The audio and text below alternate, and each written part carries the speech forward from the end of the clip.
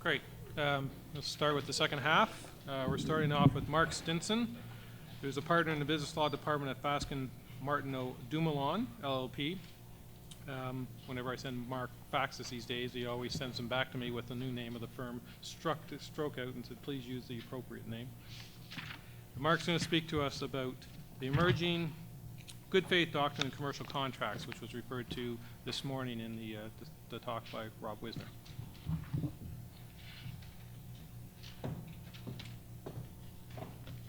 Good morning, everyone. Thank you, Michael. The emerging good faith doctrine in commercial contracts has always been a de facto part of our law. For example, as most of you know, in an agreement of purchase and sale, there is an obligation of good faith on the parties to fulfill the various conditions. And I know that several of you have probably experienced a client saying, well, I have a financing condition, that means I can walk, right? Well, the answer, of course, is you have to make reasonable efforts to get financing first. The pace of the development of the doctrine has picked up dramatically in the last 10 years, and the key issue now is as follows. When the courts talk about an obligation of good faith, are they merely referring to upholding the bargain made between the parties and using the doctrine of good faith as an interpretive tool? Or are they imposing obligations on the parties from outside of the contract, like a rule of law such as non est factum or unconscionability? Well, the whole show got started in earnest about 10 years ago with the case of McKinley Transport out in Newfoundland, and that was followed the next year with what many believe is a leading case on the subject, that of Gateway Realty, a decision in 1991 of the Nova Scotia Supreme Court, which was affirmed on appeal the next year.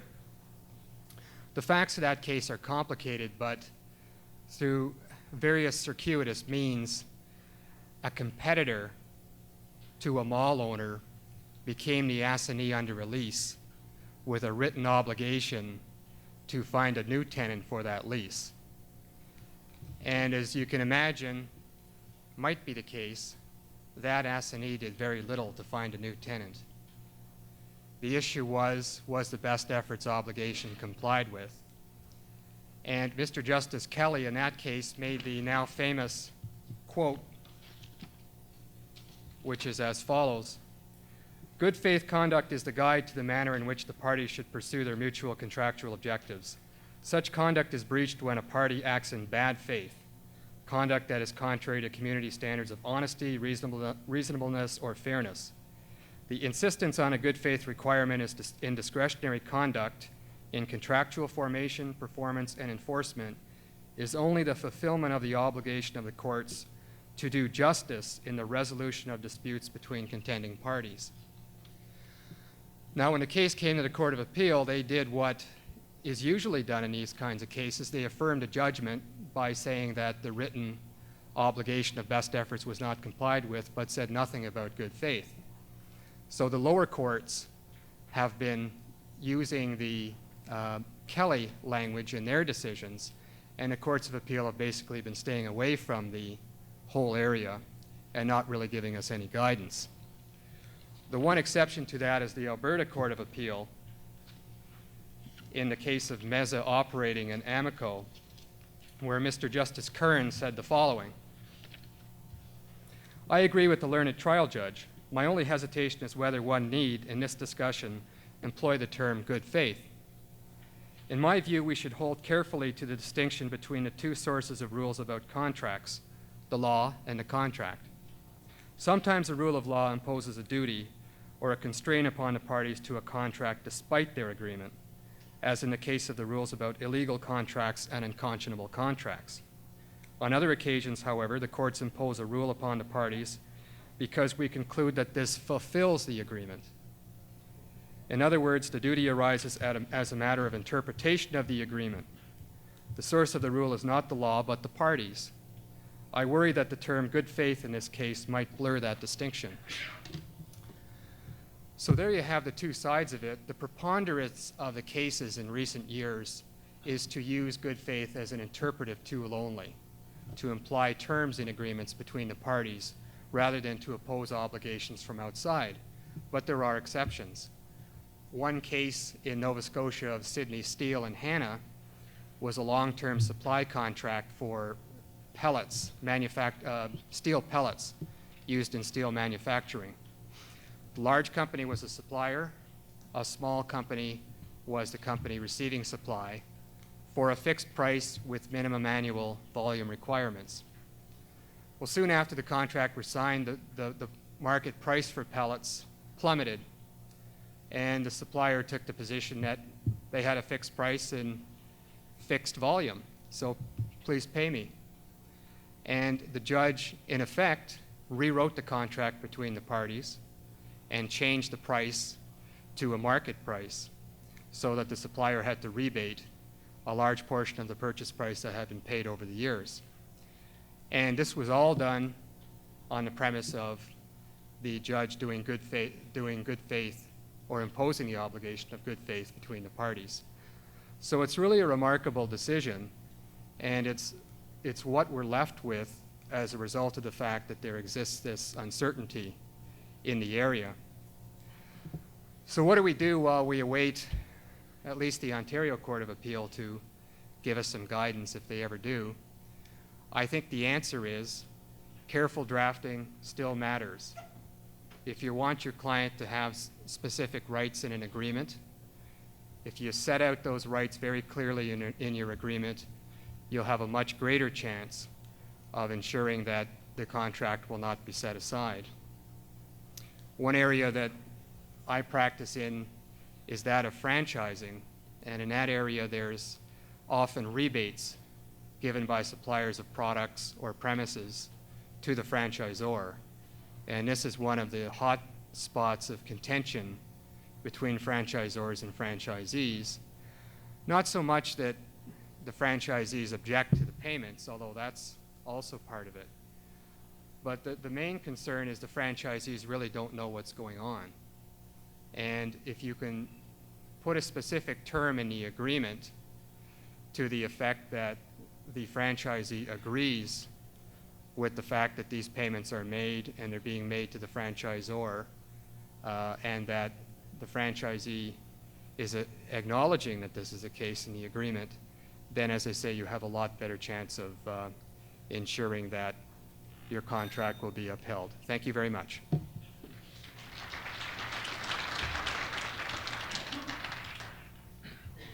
Thanks very much, Mark.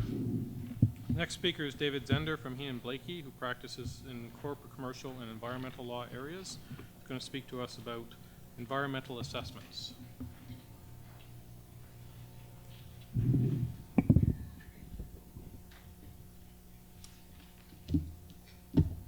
To many business law lawyers in the context of a sale of a business, some know a lot about environmental issues, some don't. Often they think that you can just put reps and warranties in an agreement and you're covered. In a lot of cases that can be true, but the focus in the few minutes we have today that I'd like to put forward is environmental issues very often slow down a transaction or stop a transaction from happening, or after closing lead to significant liabilities to your client. And in all those cases, your client's not going to be very happy. And what I'd like you to get out of this morning is just a very brief understanding of the issues you should be focusing on, and focusing on very early whenever you're representing either a vendor or a purchaser in the sale of a business. To get there, let's first very quickly look at the terminology that you will often come across.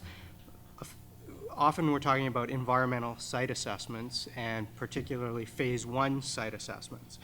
A phase 1 site assessment can have a different meaning and a different scope depending on who your consultant is, depending on what the nature of the transaction is, what the nature of the business is.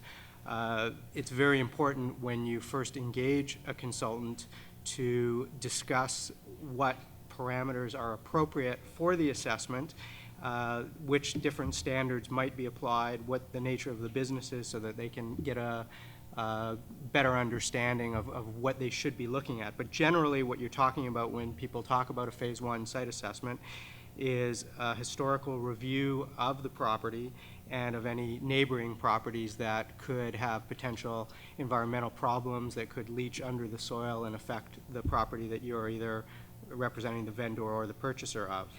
As well, the consultant will look at a regulatory review relating to the site, which involves going to certain resources of public records and getting as much information as they can get.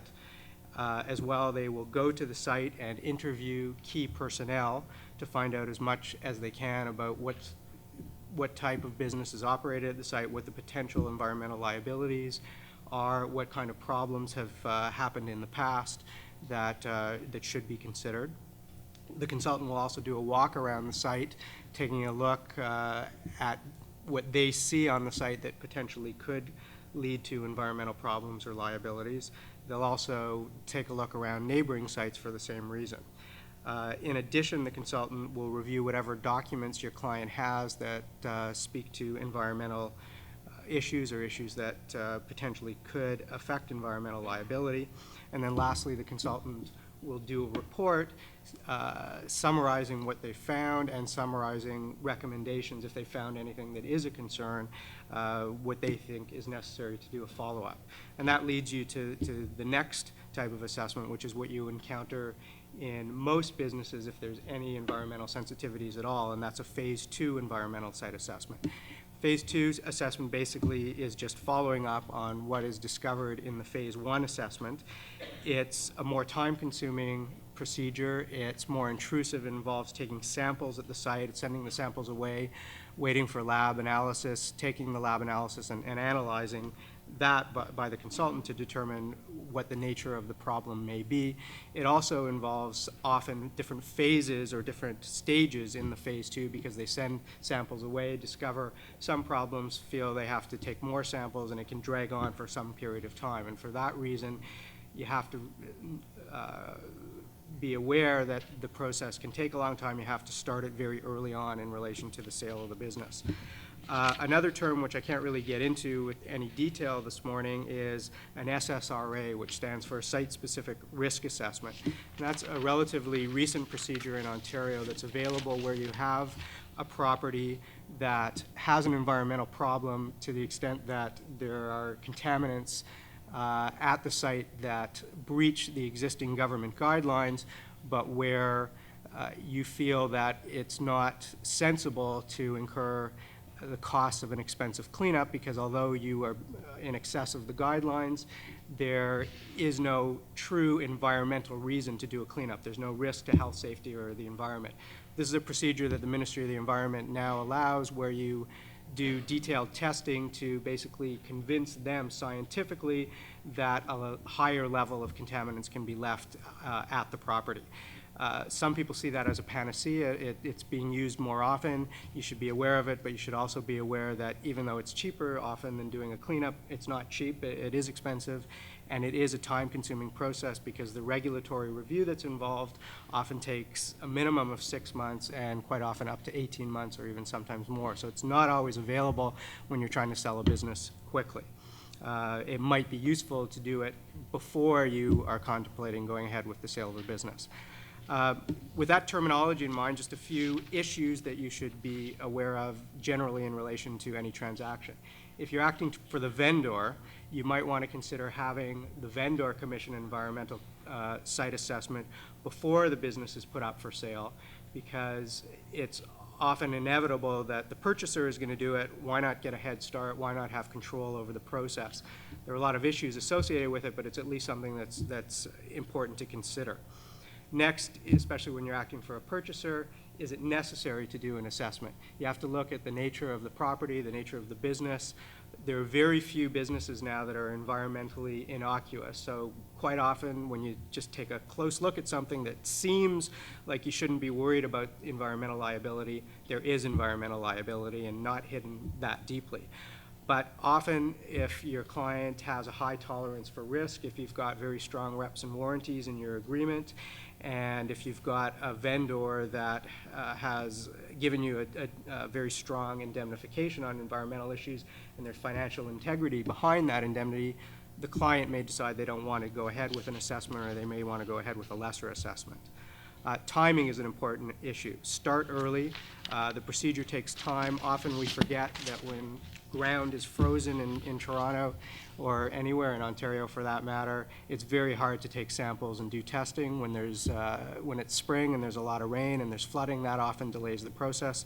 And you can have a very unhappy client saying, why is this environmental consultant holding up our deal? Choosing the right consultant is very important. There are now many, many consultants out there with very varied experience and quality.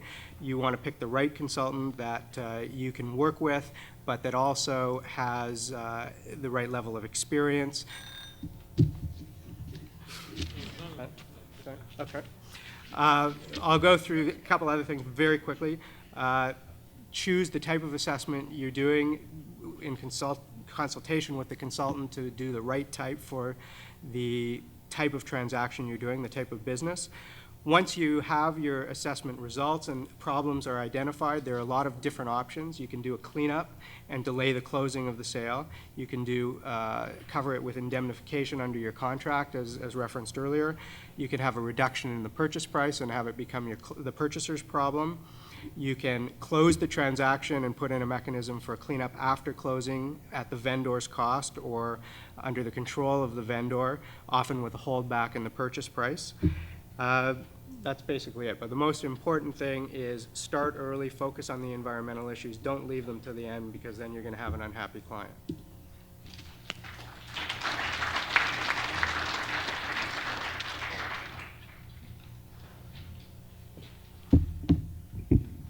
Thank you, David.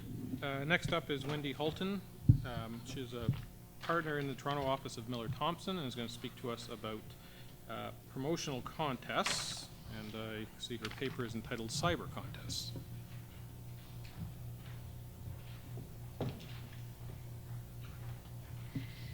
I don't know how many of you have given advice to clients on general contests, but originally when I talked to the Law Society about doing this presentation, it was going to be focused solely on internet contests.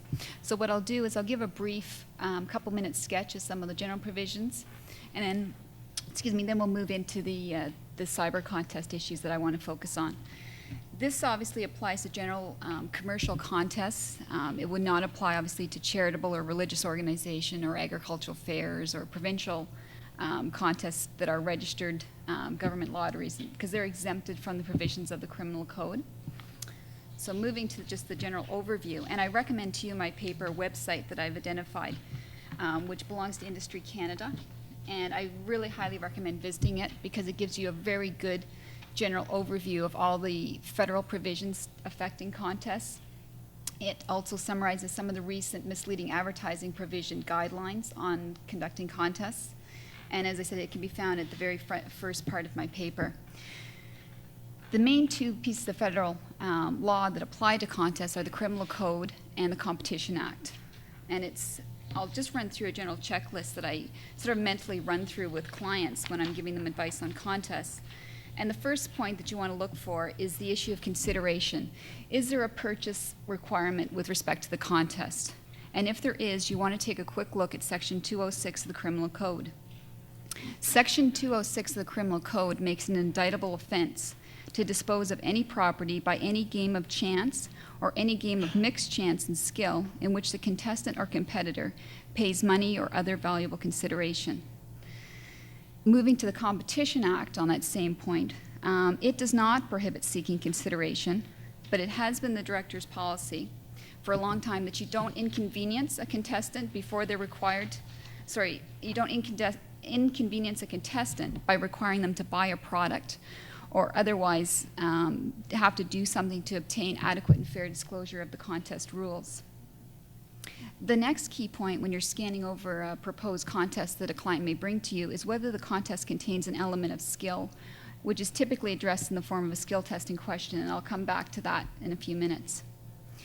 moving back again to the Competition Act, and you'll see that you have to really look at the way the Criminal Code and the Competition Act interrelate when you're giving advice in the contest. But the Competition Act essentially requires that you give fair and adequate disclosure, and that means there's no surprises. That means your rules have to be really clear, and so everybody who's entering the contest know what their chances are of winning, what the number and value of the prizes are, and if there's going to be regional allocation of the prizes, and if there's going to be any fact that the advertiser knows is going to materially affect the chances of winning. That means, for instance, if there's seeded entries and they know that there's going to be 10, for instance, in the Atlantic provinces, then they should be saying in the rules that that is, in point of fact, that's what's happening. When you're dealing with contests that are aimed at children, keep in mind that children under the age of majority will not be bound by the contest rules because they can't be bound by the contract.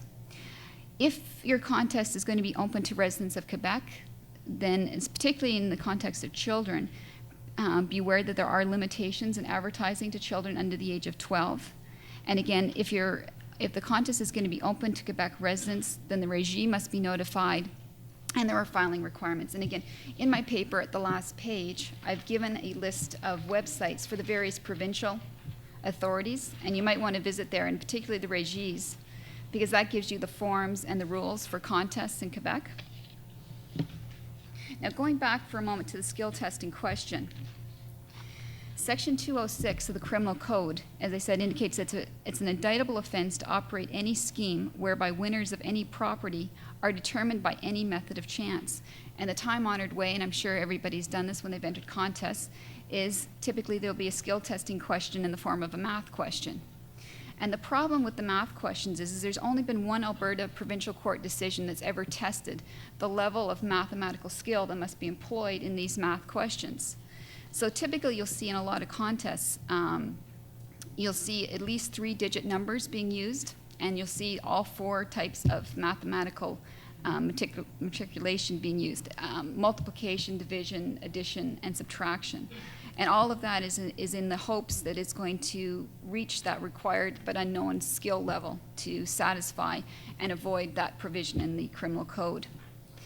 Just for a few examples of things that have been held to be required to meet the skill test, there's a 1949 case that says estimating the time it would take a barrel to travel a specified distance down the river is an adequate test of skill. Estimating attendances at a fair and future temperatures of cities was an adequate test of skill. Estimating the number of jelly beans in a jar was a sufficient test of skill. But then surprisingly, shooting a turkey at 50 feet was not found to be sufficient skill. And personally, I don't think I could hit a turkey at 50 feet, but okay. Potato peeling was not a sufficient test of skill, and my husband would attest to the fact that that would be a skill test in our home. Estimating how many passengers could be carried on a railway at a future date was also not considered to be an adequate test of skill. So that just gives you some idea of some of the ways that promoters have tried to incorporate the element of skill. Now, when you move to cyber contests and you move online, you still have the consideration issue to deal with. And then the question becomes, is access to the contest. For instance, internet access fees. Does the fact that the contestant must have to spend time online, does that constitute consideration? There's no case law out there, so I just put that out to you for consideration.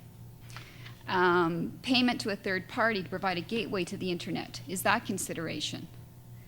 If you have to download certain software packages, or if there's a specified browser that's required, again, is that consideration? And then the question of non-monetary consideration. Sometimes you have to hop around from site to site. You have to do different things. They require you to answer a survey. You have to navigate, of course, the website. They might ask you to give some answers with respect to the sponsor's products that requires the contestant to review the site. Sometimes you have to submit to a sales presentation. All of that, is that non-monetary consideration? So you have to think about that. If it was a pure skill contest, and those I would be leery of online, is you have to make sure that it's a bona fide test of skill. It's not inherent technology component. In other words, speed, for instance, is one of the issues. Speed I would not use as the key skill component in an online contest.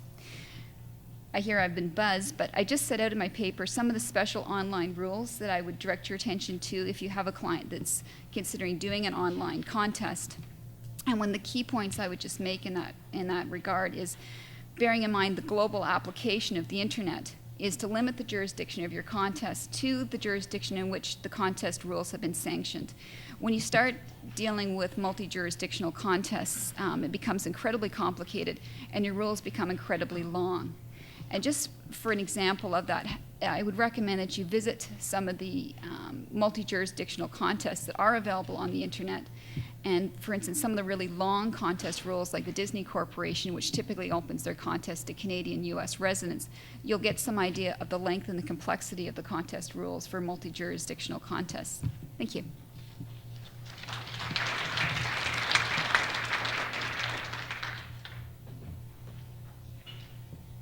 Thank you, Wendy. Very informative. Just want to know whether that turkey was tied up at 50 yards or whether it was running around. Next up is Ted Crysler from Lang Wiener, who's going to speak to us about acquiring technology. Ted?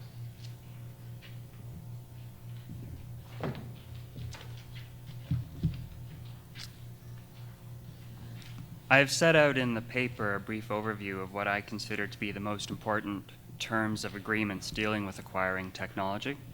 Although it isn't possible to cover all of the terms of such agreements in 6 minutes, I want to talk about some that I consider to be the most relevant to you today.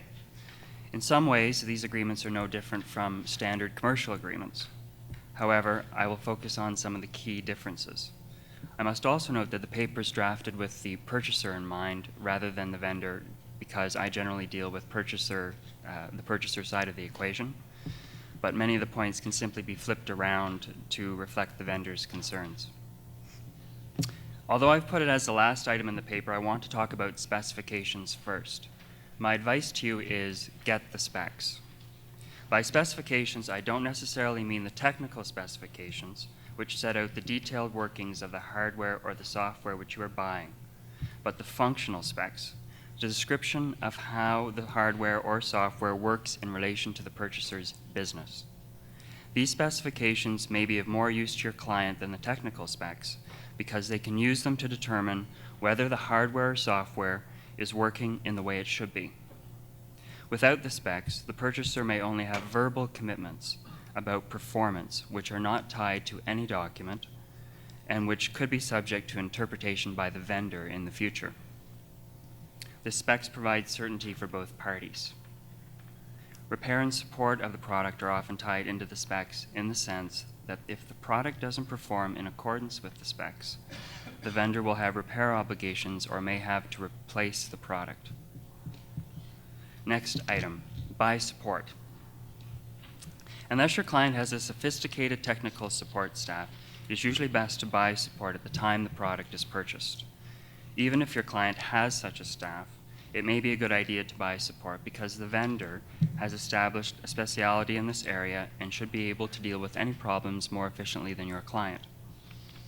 Support is often provided via a hotline feature, and depending on the product, may also include a tiered approach to problem resolution. Problems may be categorized by severity, and the response of the vendor would depend on the severity level. For very serious problems, a quick response time is expected, including a determination of ways to resolve the problem. Usually, this will be a mission-critical problem affecting the entire system or your client's business. The next level down in severity will involve a problem which has an impact on the system but is not critical, and the response time, the response time should be fast, but more latitude can be allowed. The lowest level of severity would be minor glitches that have virtually no impact on the system or business, and a longer response time is normal. An adjunct to support is disaster recovery, which is a process that the vendor has in place when a disaster occurs at the purchaser's business and the product has been destroyed or is unusable. The keys to these types of clauses are quick response times and the provision of an equivalent type of product. If you buy support at the time of purchase, you can generally get a better deal on price and the length of time support will last, as well as coverage. if you wait till later, the vendor may have decided to stop supporting the product the purchaser bought, or prices may have increased, or only certain aspects of the product may be supported. Buying support at the time of purchase may also protect against arbitrary upgrades by the vendor. Although it is normal to have only direct damages covered under a limitation of liability clause, an alternative approach is to try to erase the distinction between direct and indirect damages and to simply put limits on such damages taken together. In the software field, proving actual damages can be difficult and your client may end up with nothing. It is certainly worth a shot at trying to get both direct and indirect damages covered, although it has been my experience that this is a tough sell. It is more usual to have the direct damages covered subject to a limit based on contract value or a specific figure, and indirect damages are excluded. On the subject of warranties, I will make a comment about third-party warranties only. A third-party warranty is given by a supplier who has produced a component of the hardware or software that the purchaser has bought. Depending on its structure, only the vendor may be able to get the benefit of this warranty, or it may be assignable. If so, you should try to get the warranty assigned. If not, have the vendor warrant to pursue the third-party supplier in the event of a problem. Either way, the purchaser should get the benefit of the third-party warranty. If it is not assignable, the purchaser is at the vendor's mercy as far as follow-up, which is why it is best to get the warranty assigned. The purchaser should also ask for an extended warranty from the vendor if the vendor's warranty is longer than that offered by the third-party supplier. A source code escrow is important if the purchaser is buying software. The vendor may have a general escrow arrangement established with an escrow agent and may offer to add the purchaser to the list of names of other customers who are party to the escrow. In the event of bankruptcy, or if the vendor goes out of business or fails to or ceases to provide support, the source code would be released to the purchaser. With the source code, the purchaser would still be able to use the software and could hire another supplier to ensure the software continues to perform according to specifications if it's unable to provide this continuity itself. The actual terms of release of the source code vary according to the escrow agent and its standard form agreement. The terms are negotiable, however. The purchaser will normally have to pay for this service, although sometimes it can be split between the parties. Indemnity should be in place to address intellectual property matters. If an infringement claim occurs and the purchaser is unable to use the product, the vendor should have certain obligations to protect the purchaser besides indemnifying it for the costs associated with a claim or the action. As mentioned in the paper, these can take the form of a temporary license, or the replacement of the product with a functionally similar product, or if all else fails, the vendor could remove the product and refund the purchase price subject to any depreciation allowance. If a vendor tries to insert the right to terminate in the event that a temporary license is not obtainable, the purchaser should resist this attempt. Termination is cold comfort for the purchaser if it can't use the hardware or software which is the subject of an infringement claim and has to turn around and buy a replacement product. If you only take 3 thoughts away with you today, they should be: number 1, get the specs; number 2, buy support; and number 3, ensure there are meaningful warranties and/or indemnities. Thank you.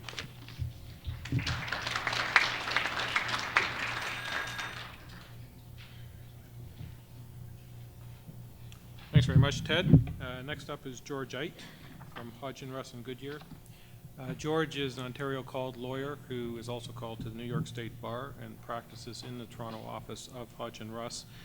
George's paper is Canadian Business Expansion into the United States, which is a good adjunct, I think, to Wayne Gray's discussion this morning. If there's no jurisdiction in Canada that suits you, or if your client's heading south of the border, George will tell you what to do.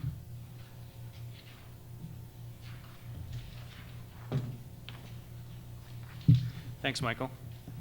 Your client calls you up and says, I've been selling a few products into the US. They seem to like the thing. I want to do something more significant down there. And it's usually that something more significant that raises the need to get into a more in-depth analysis.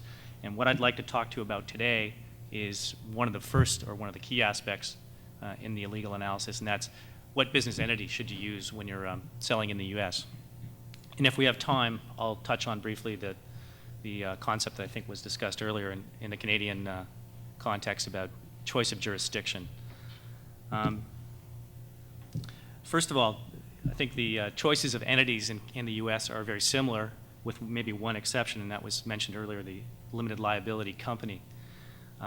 It's a hybrid entity, as you may know. It has the limited liability characteristics of a corporation, but it's formed by contract like a partnership and is taxed, unless you choose otherwise, like a partnership. The LLC does provide some interesting tax planning opportunities, but you'll often see it used in far more complex scenarios than what the average business person is looking for when they come to the U.S. So you've had that initial call. They're saying they're going to expand their business in the U.S. You're talking about what entity to use. I think there are three, as with everything, it sort of starts with tax analysis. And when you're reviewing the tax analysis, there are three basic questions you should think about. First question is, will this venture be profitable in the U.S. in its early years? If you expect to have significant losses, then you might want to think about using a tax flow-through entity or no entity at all. One choice, which you'll see referred to in my paper, is just operating as a branch, which simply means qualifying as you would in other provinces in Canada. You qualify in the state where you're doing business. If you do that, then your losses in those initial years can be used in Canada in the year that they're incurred. So that's a key component in the choice. The second one, your client may decide that they want to move to the U.S. and with the brain drain, obviously we've seen lots of people who try and use their businesses as a vehicle to gain immigration status in the U.S. And so residency will impact on your choice of business entity, in that if you know the client's going to be down in the States in 6 months or a year, then you may want to use a flow-through entity like an LLC or a limited partnership to avoid double taxation, so you don't get the corporate level tax and then get hit again on the individual level. And like limited partnerships in Canada, the LLC and LLP or LP will do that for you in the States. The third issue from a tax analysis would be to ask the client whether they need any co-venture in the States. If they're looking to do business with somebody else or going to take on a partner of sorts, that partner may have other tax needs, and we often recommend the use of an LLC in those scenarios because the partner will realize the benefit of the flow-through tax. The Canadian probably won't gain much if they remain in Canada.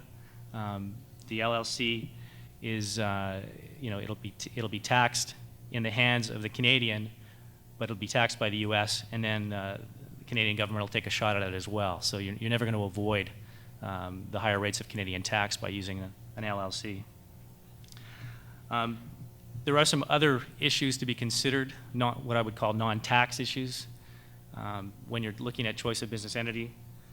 Oftentimes we'll get clients who come in and say, look, I've got a contract, but it's with a government, a U.S. government, and they require a U.S. entity to be the supplier.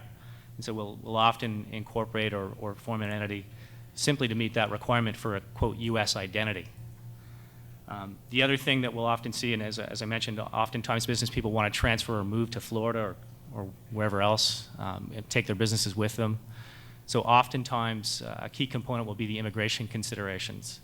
And I can't stress enough, clients come in and say, look, I want to incorporate, I want to sub, I want to start doing business tomorrow. I've got a contract needs to be signed.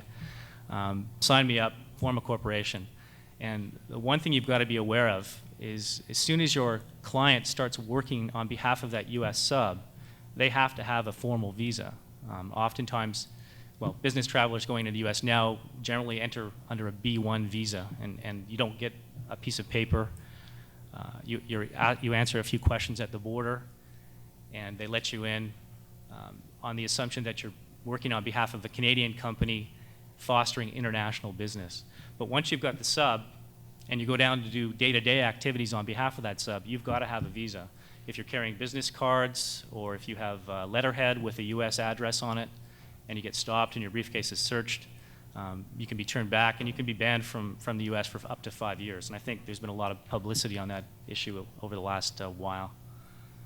The other non-tax factor that might influence your decision would be to insulate the company from U.S. liability. And you've all heard how litigious it can be in the U.S., and having lived there for 3.5 years, I would attest to that. Our litigation department's far bigger than our general corporate or other practices, simply by virtue of the penchant for lawsuits. So incorporating or forming some other limited liability entity in the U.S. may give you some extra insulation from U.S. suit, or at least protect your Canadian assets. Having said all that, if you've gone through the tax analysis and you've looked at, you answered those 3 questions, if none of them apply, then probably the most common form of business entity that's used is still the corporation. So if your client wants to set up a sub, I would say 9 times out of 10, if you haven't had to meet the need of one of those tax questions, it's going to be a corporation. And I think that clients are comfortable with that form. It avoids the complex, the need to go through that sort of complex tax contract language that you'll find in limited partnership agreements or limited liability company agreements. So once you've made that choice of business entity, then the question comes, where do I incorporate? And everyone's heard of Delaware as being a choice or a main choice for jurisdiction. I'll touch on that briefly. What we've seen happen in the U.S. in the last few years is what some people have termed a race for the bottom. States have decided that there's good business in attracting incorporations in their state, and so they've lessened their protection of minority shareholders or lessened the rights of minority shareholders vis-a-vis majority shareholders, that kind of thing. And so states have, chasing that dollar, have really sort of customized their corporate law to attract incorporations. Delaware, I believe, makes about 17 or 18% of its entire tax revenue simply from incorporating companies. It was, a few years ago, it amounted to about $200 million a year just on fees. You've often heard about states like Nevada, or you may have Nevada or Wyoming as being attractive for incorporation. I think a lot of cases the attraction there is because these states have taken away their state income tax more so than what their corporate law says. And one final factor, in most cases we recommend when your client does incorporate an entity in the States that they hold the shares or the membership interest through another corporation in Canada to avoid U.S. estate tax. And so in a lot of cases, there's only one shareholder. It's that Canadian corporate entity. So a lot of the discussion about jurisdictional differences and differences in the corporate law is irrelevant, because any governance issue, minority shareholder versus majority shareholder issue, will happen at the Ontario level or the Canadian level. So in a lot of cases, it is irrelevant, and you should keep that in mind. Thank you.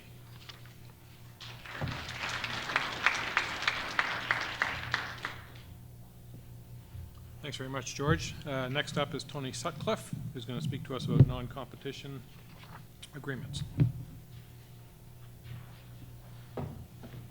Thank you, Michael. I'll try not to fall victim to the merciless lemon and emulate Ted's example. Good morning. I will not be addressing the issue of implied or imputed fiduciary duties in employment or other relationships this morning. I'm assuming you're all conversant with those issues. There are 2 topics in which I'm going to be speaking today. First one is the risk of leaking information, and the second is limiting that risk through use of non-competition and non-disclosure agreements. With respect to non-competition agreements, there are 2 general uses for them, although, as in the law everywhere, there are exceptions, but there are 2 general uses. First, controlling competitive activities after a sale, principally the competitive activities of the vendor. And secondly, controlling competitive activities after the employment relationship has ceased, binding the employee to a certain restriction. There are common factors with respect to both of these scenarios. One is, in addressing enforceability, courts examine the 3 general bases of the agreement. That is, the length of the agreement, how long the bind will apply. Secondly, the subject matter, to what it will apply. And thirdly, the geographic scope, where the trade cannot be practiced. In addition, courts have generally been known to apply a test of reasonableness to determining whether or not each of those 3 mentioned factors is acceptable and enforceable. It should be noted that in Canada, the general practice of courts has been that if one term is found to be unenforceable, all usually fail. Whereas if you are engaged in trade in the United States on behalf of either a client, individual client, or a corporate client, you should know that jurists in the United States have been known to do what they call blue penciling the agreement, and that is to either strike out a provision, leaving the rest of it standing and enforceable, or amend that provision to what they think is reasonable. With respect to commercial transactions, purchasers often require vendors to cease trading or restrict their trading in a field or a good after a sale. This restriction is often applicable both to corporate vendors and to individual vendors in the case of an entrepreneur who is moving on. Courts will look at the consideration received as a measure of the appropriateness of the restriction. If they feel that they can allocate a certain amount of the purchase price to the restriction, they will find that it's more enforceable. There has been also a common practice with the purchase of businesses from entrepreneurs, what's known as generally as golden handcuffs, engaging the services of the entrepreneur after the sale to continue on with the business, to ensure that the goodwill is transferred, that the goodwill of the business is transferred from the entrepreneur personally to the new owners, and there's a certain value attached to that. Courts have generally been reluctant to interfere with what may have been an equitable bargain struck by what they see as mature contracting parties. If they don't find inequity between the parties, they may find it difficult to determine that there was an unfair bargain struck. So if you are acting on behalf of clients, either the vendor or the purchaser side, make sure that your clients, especially the vendors, consider the implications of not being able to ply their trade anymore. In the case of an entrepreneur selling a business, this is something they've been doing since day one. They may find it very difficult to pry themselves away from it. With respect to individuals, individuals enter into non-competition agreements often at the commencement of an employment relationship. They, in determining enforceability, have the benefit of rather generous courts, because the courts recognize the fact that they are under certain pressures at the time that they enter into the agreement, and it's just one other piece of paper that they sign along with their benefits form and their TD1 and their confidentiality agreement. Employers, if you're acting for an employer determining the structure of a non-competition agreement, you should be rigorous in determining whether they are reasonable, taking into account the industry you're in, what is the nature of the information, the ability of the individual to make a living in the event that they leave the corporation and are bound by this agreement, the shelf life of the information. Certain information is only good for a matter of months or weeks or perhaps even longer. The impact of undue hardship. Is this something which would be unreasonable to impose upon someone? Often this relates to the geographic scope of the restriction. And the level of the employee in the company. The higher up the employee in the company, the more their compensation they receive, the more responsibility they have, the more access they have to broader scope of information, and therefore the general thinking is the more restrictive they should be held with respect to non-competition following employment. Keep in mind, however, these are very subjective tests. There are no hard and fast rules on it, and therefore, acting on behalf of an employer, be cautious. Look to examples in your industry concerned. If you want to find out if it's enforceable, find out what your competitors are doing. If it can be referred to as a standard in the industry or a comparative standard in the industry, then it is often more defensible. With respect to confidentiality agreements, these are entered into generally at the beginning of employment or negotiations with respect to commercial dealings. If two parties want to enter into a joint venture, they want to explore the entry into a joint venture or a co-relationship or a partnership or a teaming arrangement or any of those other buzzwords they've called these days, there's a need for an exchange of information. Naturally, the companies want to retain their information as much as possible. The confidentiality agreements are relied upon for this purpose. As far as subject matter in employment relationships, confidentiality agreements apply to processes, to sales information, to pricing structures, to customer lists. In a commercial context, they also apply to processes, to intellectual property, to plans and projections, and financial statements and financial future views. Regardless of what the subject matter is, it's generally held the enforcement must be reasonable. It must not be outrageously restrictive with respect to information which already may be in the possession of or may be accessible to the recipient. Courts have taken into account the sophistication of the parties in assessing damages or applications for injunctive relief, and the bargaining power between the two should be equal in the event that parties are going to be able to argue that it's enforceable. When considering on behalf of your client, whether it's an individual or a corporation, whether or not a confidentiality agreement is acceptable, address the practical application of the agreement. Does it make sense? There is no point in identifying information which cannot be disclosed as all information, because taken to its ludicrous extreme, that would include the color of the cars in the parking lot and the number of chairs in the reception hall. It's just not enforceable. It's too expansive.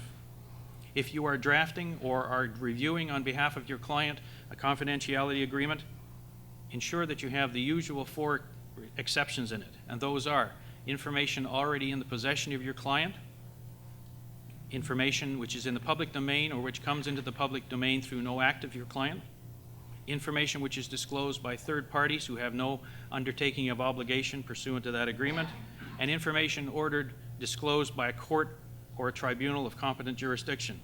The latter one is often overlooked by people and who find themselves in a great deal of difficulty. One last point. Specifically describe the information to be held confidential if you can. It makes it much easier later to discuss and dispute whether or not people overstep their bounds. Thank you.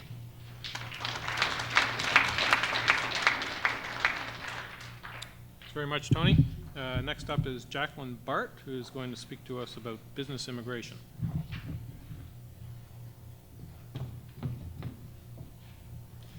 It's always somewhat challenging to provide meaningful guidance on a complex and substantial area of law in 6 minutes, and for that reason, I've chosen to restrict my comments to a specific area of business immigration law, which will enable you to provide some initial advice to your clients, whether they be a foreign business client seeking entry to Canada, say either to establish a business, liaise with clients or branch office employees, buy or sell to specific corporate clients, or to meet for the purpose of negotiating an acquisition. Generally, when a company seeks to bring a foreign worker, usually someone with technical skills or senior executive, to Canada, the first stop is a local citizenship and immigration office, and that's always a mistake. Ironically, it's the worst place to start the immigration process because the local CIC is not responsible for issuing work permits. There is an office in Canada that is responsible for renewing work permits, but definitely you don't want to start going to that office.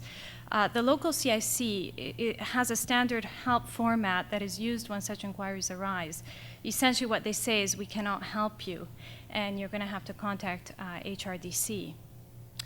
You call HRDC, and then they put you through a horrible voicemail system, and when the lawyer finally manages to speak to someone, the lawyer is usually informed that the company will have to advertise and cannot apply for at least a couple of weeks till the advertisement has run. Meanwhile, the client seeks immediate entry in order to finalize a major software licensing agreement with a substantial potential Canadian client, and also seeks the entry of a number of technical experts to implement the software once the agreement has been signed. So I have a bunch of tips for you on how to deal with a situation like that. The tip number 1 is to avoid contacting the local CIC for help. Tip number 2 is avoid going to HRDC. Both really are major mistakes if you're trying to get a client in right away.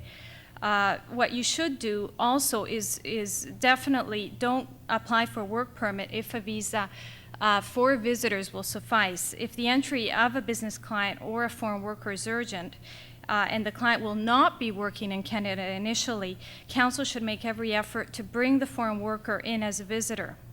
By bringing the foreign worker in as a visitor, counsel will meet the client's immediate need for entry to Canada for a business purpose, impress the client regarding counsel's level of service and efficacy. We are in a service industry, after all, and sometimes we forget that. And buy sufficient time to determine a strategy to obtain work permits for the client's foreign workers once they need them. There's 4 common business visitor activities.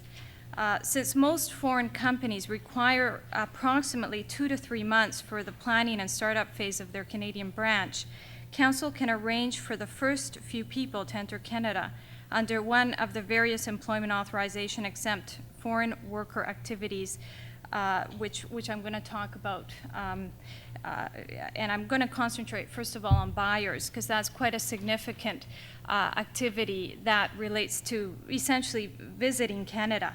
The immigration regulations allows the entry of representatives of foreign businesses for the purpose of purchasing goods or services for their businesses. The activities included under this provision are the following: inspecting during and after manufacturing the quality of goods purchased, or acquiring, training, or familiarization with the goods or services purchased. Of course, the foreign worker cannot be actively engaged in the production of goods and services in Canada. The foreign clients and their employees and representatives may, under this specific immigration regulation, enter Canada to purchase goods and services and to engage in a number of purchase-related activities. For example, a recording artist can enter to rent a studio in Canada to record music for distribution elsewhere. Another example would be a foreign software company which seeks to purchase an application from a Canadian developer and seeks to enter for a temporary period of in-house training. So that's quite a large exemption to having to apply for a work authorization at a visa office abroad. The second visitor activity for businesses is sellers. Representatives of businesses outside of Canada may also enter for the purpose of selling goods or services for that business in Canada. Two limitations apply here.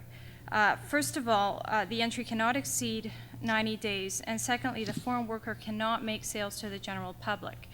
A business client who seeks entry to Canada to make sales calls regarding new bottled water business, for example, while setting up an office in Canada would qualify under this section.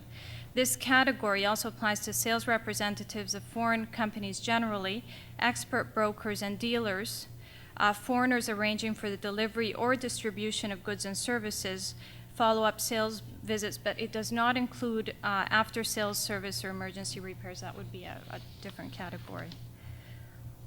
The terms consulting and inspecting can include a wide assortment of activities, including monitoring, negotiating, meeting, auditing, implementing, drafting, reviewing, suggesting, revising, and so forth. So that's quite a large category again. And the fourth one relates to business visitors. Foreign workers may enter Canada as business visitors, provided that they are not employed at a Canadian company, and their entry is temporary and solely for the purpose of attending business meetings, consultations, negotiations of business agreements, discussions with Canadian clients or suppliers. It also includes participation in conventions, attempts to solicit business, fact-finding missions, and entertainment-related activities. How do you provide proof of visitor activities in Canada? Assuming the foreign worker does not require a pre-encoded visitor visa, the application for visitor entry may be made at a port of entry. Often applicants from the United States, for example, or if the applicant has a passport from most European countries, the custom officials will not send the applicant for secondary inspection. However, in at least 50% of such visitor entries, the applicant will be escorted to the Citizenship and Immigration Office at the port of entry, whether at an airport or a border crossing for secondary inspection. Most port of entry officials will require proof of temporary entry. The visitor should provide bona fide visitor status by producing a letter from the foreign employer verifying the foreign employment status and the reason for entry to Canada on behalf of the foreign businesses, and B, a letter from the Canadian host briefly confirming the reason for the entry to Canada. If the visitor seeks to visit a branch office in Canada, one letter from the branch office in Canada should suffice. When a situation arises where the foreign employer seeks entry of an employee for a lengthier period of time and requires a work permit, then the following recommendations may be helpful. You should avoid the HRDC as much as possible. Review international treaties such as GATS or NAFTA to determine whether the client qualifies under any of the validation exempt categories set out in the international treaties. That's by far the best option. Alternatively, you should review the immigration regulations to determine whether the client qualifies under any of the validation exempt categories, and there's quite a few in the Immigration Act. If counsel prepares a strong case, arrange for the client to apply at a port of entry in order to start working in Canada immediately rather than at a visa office. If counsel requires assistance of a business immigration lawyer, it's better to obtain that assistance than to lose the corporate client over incompetence of a foreign worker entry. The foreign worker aspect of a business case is quite small. In conclusion, the key to avoiding a lengthy and often uncertain immigration process in favor of immediate entry and immediate business from and for your client is to have your foreign client enter Canada as a visitor, if permitted by law, obviously. Otherwise, prepare a good case and have the client apply at a port of entry, if possible, or otherwise at the visa office where the applicant is residing. Thank you.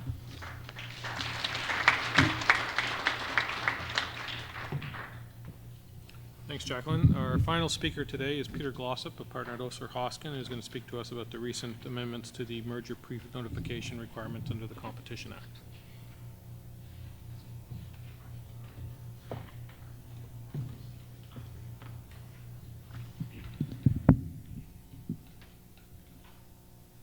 Okay, I've lost 15 seconds by walking to the podium.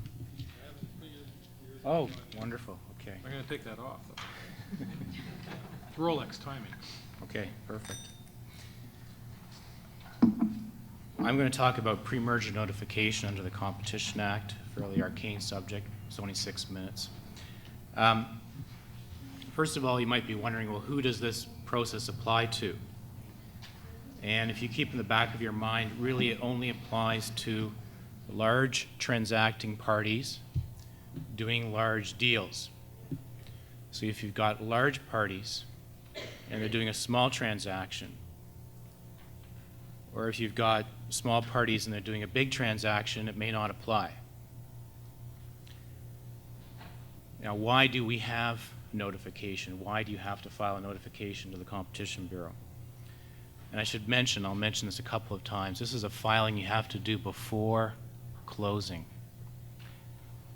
The reason is you've got to give the Competition Bureau notice so that they have an opportunity to review competition issues before the deal closes. The policy's been in place so that post-closing unscrambling of the eggs doesn't have to occur, and that prior to the transaction closing, the parties can discuss the issues with the Competition Bureau and work out a solution. Some preliminary comments about notification. Very important to remember, notification is required if you fall within the rules, and we'll get to that in a moment, regardless of whether there's a competition issue or not. A lot of the notifications that go in have no issue at all. And it also applies to any transaction that falls within the categories that are listed in the Competition Act. Even to transactions which are occurring offshore, where the Canadian affiliates don't have any active involvement. Failure to notify is a criminal offense, and again, I'll say it again, it's a pre-closing process. This can sometimes be quite a long lead time issue. Parties have to prepare the form, they have to collect information from their clients, they have to coordinate the preparation of that information between themselves, they have to undertake a competition analysis, they have to determine whether there are any business overlaps, what are the market shares, and so on. Then they have to do the filing, and that can mean a waiting period of up to 42 days. And in addition to that, you may be waiting past then before the Bureau will give you a piece of paper, which is your comfort letter saying there's no issue here. Some practical steps then on notification. First of all, identify if a filing is required. and we'll go through that with an example. Second, make sure that you've got a Competition Act condition precedent in your transaction document, and I've included some samples in the paper. Prepare your notification and analysis. Exchange the information on a confidential, privileged basis between counsel so that you're able to see both sides of the story. And don't forget there's a filing fee of $25,000, and you should work out who is responsible for that. So let's take an example whether there's a notification or not. Let's go through the thresholds first. The thresholds are based on assets in Canada and sales in, from, or into Canada. And in a share transaction, in addition, there are some voting share thresholds. I should note that these thresholds haven't been amended in over 13 years, and so what's happened with inflation is that more and more transactions are falling into this category, and people who didn't have to worry about it if they were acting for companies they thought really wouldn't be caught are now finding, in fact, that they are caught. So if we go back again to what I said at the beginning, large transacting parties, what does that mean? Well, the parties to the transaction, and in a shared deal, that would be the purchaser and the target company. In an asset deal, that would be the purchaser and the vendor. Have to have combined assets in Canada, or combined sales in, from, or into Canada of over $400 million. So that's your transacting parties threshold. Then there's a large transaction question. And here you're looking at the assets or sales of the target company or the business that's being acquired if it's an asset deal. And again, it's assets in Canada or sales in or from Canada, and this number is 35 million. And finally, in a share deal, you're looking at a percentage share threshold, which is 20% in a public company and 35% in a private company. Even if you met the 435 tests, if you acquire less than 20% of a public company or less than 35% of a private company, there's no notification. So let's say we have purchaser A with assets of 100 million and sales of 250 million. And let's say target B has assets of 100 million and sales of 200 million. A is acquiring 30% of B's shares. Well, on the asset side, 100 and 100 are 200, so I'm under. But on the sales, 250 and 200 are 450, so I'm over. I'm also over on the 35 million because the target's assets are 100 million and sales are 200 million, so it's over 35. If B's a public company, I have to notify. If B's a private company, I don't. So then you have to notify. What do? You file a form. There are a couple of forms that can be used. Typically, it's a short form, which has a 14-day waiting period. Although, as I said, it can take considerably longer before you get your comfort from the Competition Bureau. One last point of practical advice. Since the Competition Bureau is going to be calling your customers, your competitors, and your suppliers as part of their assessment of whether there's a competition issue, make sure that you get to your customers first so that they don't hear about the deal for the first time from the Competition Bureau. Thank you.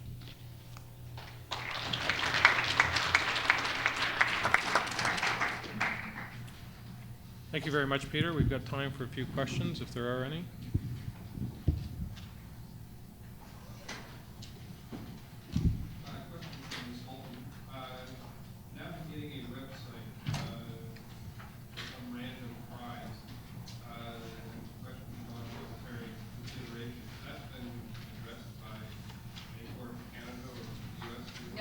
No, unfortunately not. George, I have a question for you.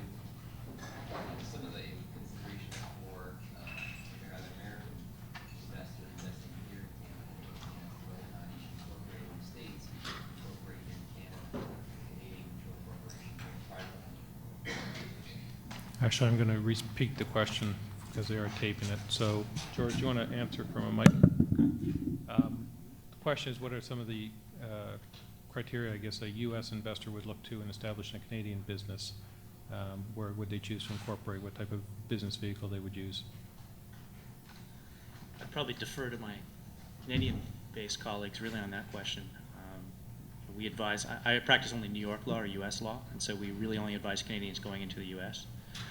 Sorry. The one thing I do know, the question was raised about the limited liability company and the use of that as a vehicle for entree into Canada. And I think what we've seen when we advise our New York-based customers who are coming up here not to use the LLC because of the uncertain tax treatment that Revenue Canada gives it.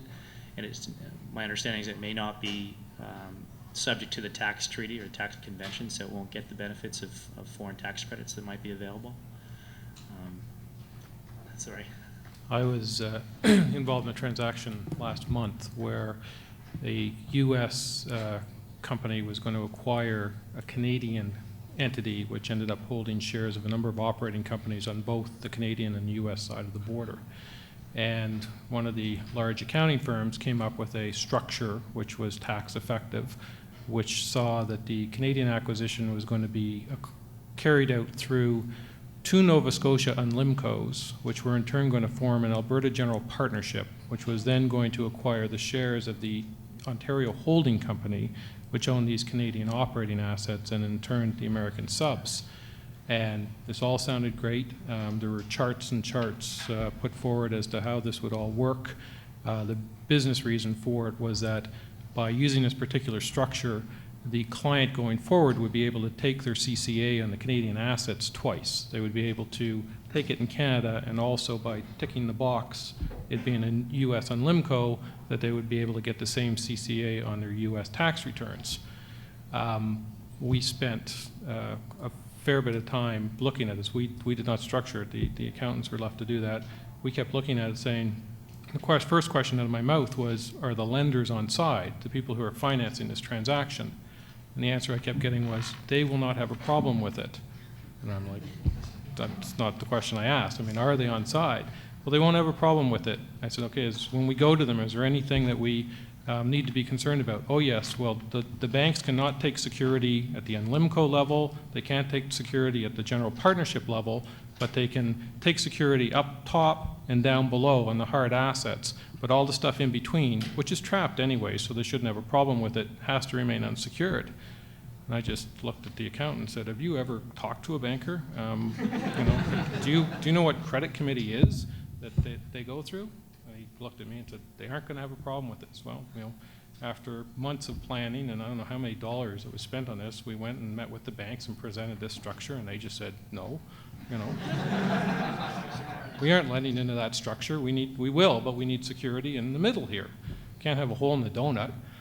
And so I guess my only advice is, when you're structuring these things, make sure all the interested parties are brought in early on in the discussions to ensure that you end up with a structure that works for the client from the tax perspective, but also will operate for everybody involved. Well, thank you very much, everybody, for your attention, and thank you to the faculty for interesting papers and talks. Enjoy the rest of your day.